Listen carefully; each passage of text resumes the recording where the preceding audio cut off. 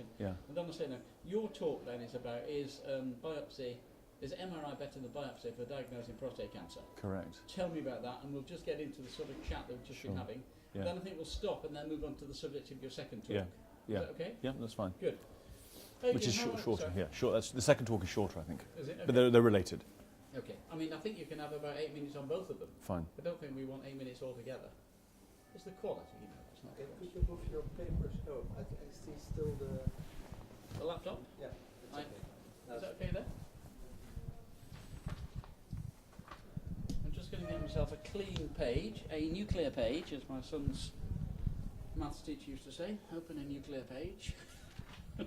Right. So I please think only look at him. the boys stopped laughing at that when they Yeah. were about 5, but there we go. Yeah, go. Okay. Dr. Pemberton, first of all, can you tell us your name and affiliation, please? It's Mark Emberton. I'm a urologist and Sorry, professor. can we stop? I'm Yeah. so sorry. My apologies. Yeah. Sorry. I'll start again. Doctor, can you just tell us your name and affiliation, please? Yeah, my name is Mark Emberton. I'm a urologist in London and professor of surgery at University College.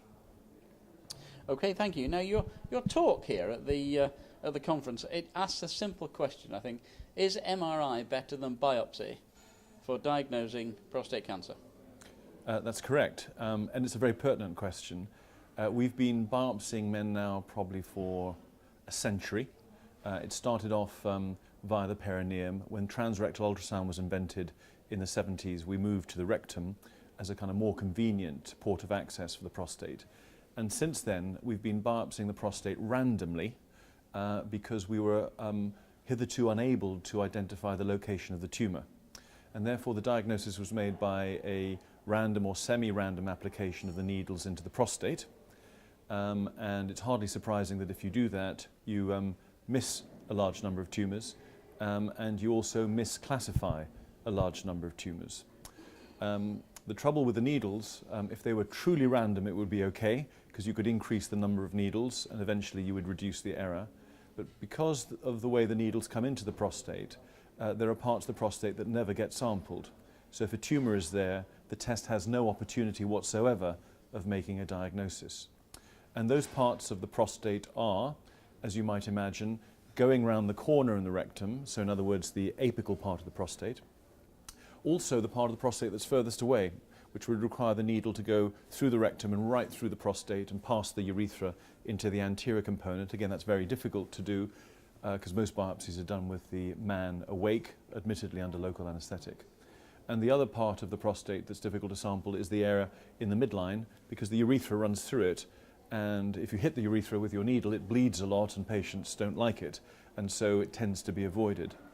And so the sampling strategy is really a divergent sampling strategy, where you start in the midline and send your needles outwards, which does permit very large tumours to go undetected because the needles have, as I've said just now, no opportunity for making the diagnosis. Now, we've been living with that because there really hasn't been an alternative, because the imaging that has been available really wasn't up to detecting prostate cancer in a admittedly difficult to get at organ, and in a small organ that's got the rectum behind air, which is a problem with some imaging modalities, and bone in front of it, which is a problem for things like ultrasound.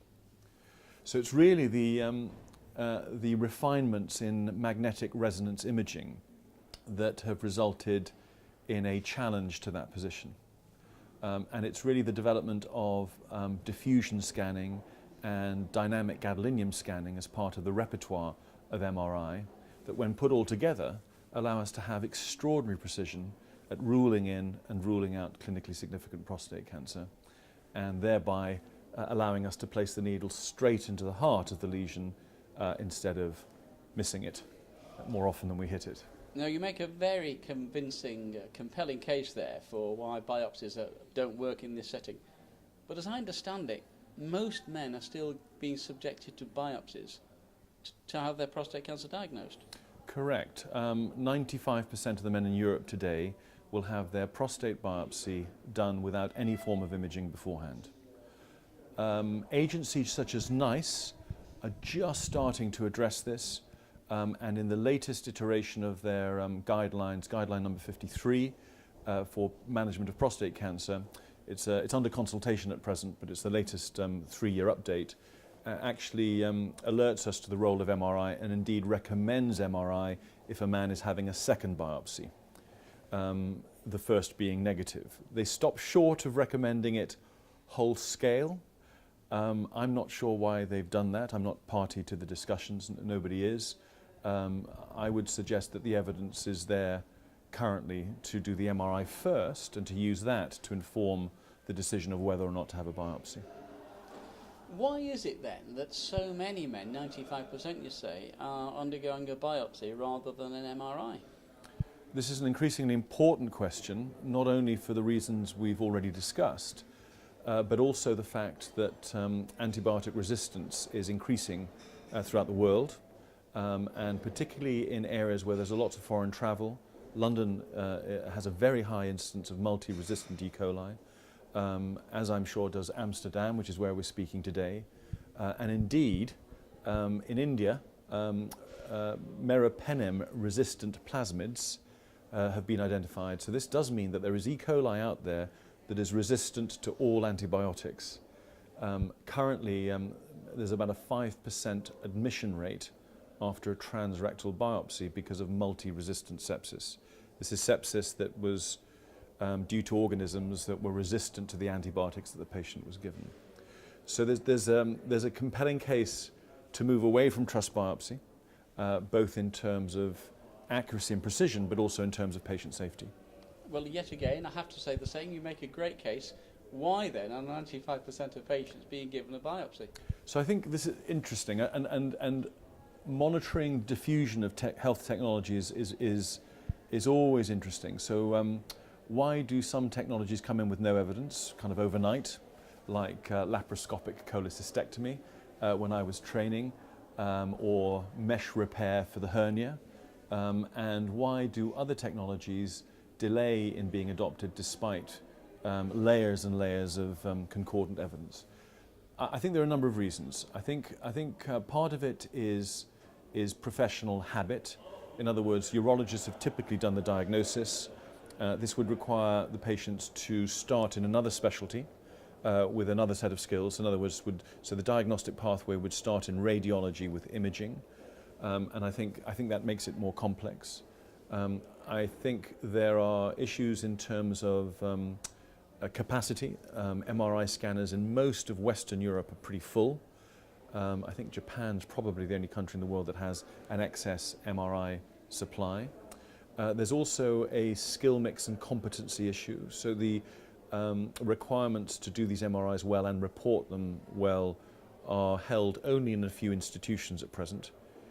So most of the evidence has been generated from Nijmegen here in Holland, Centre of Excellence, Lille in France, ourselves in London, NYU in America, and UCLA possibly would be the kind of obvious centres of excellence that would, and they've all got very good relationships with radiologists who are established in this and have been doing it for years.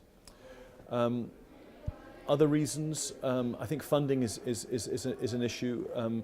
Imaging funding has often been separated from other sources of funding. For instance, in the UK, MRIs were not reimbursed. They were part of the outpatient appointment and bundled with that.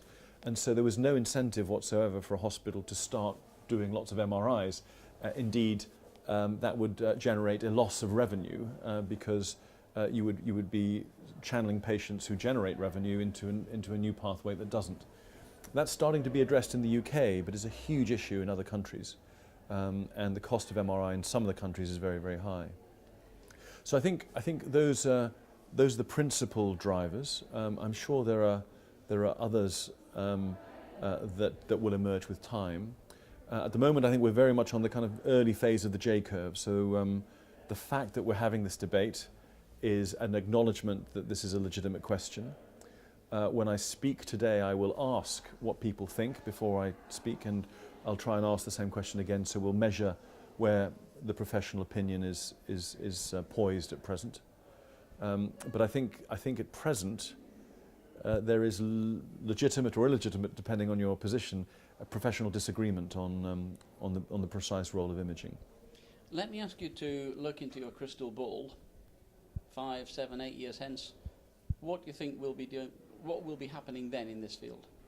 I think at a timescale of 5 to 8 years, there's absolutely no question that the pathway will start, I think, with imaging. There may be a biomarker that will be used in order to determine who gets imaged, but it's a tough call now. So the biomarker is going to have to be very cheap because an MRI that incorporates T2 sequences and diffusion sequences takes 10 minutes, and then the NHS probably costs about 50 or 60 pounds.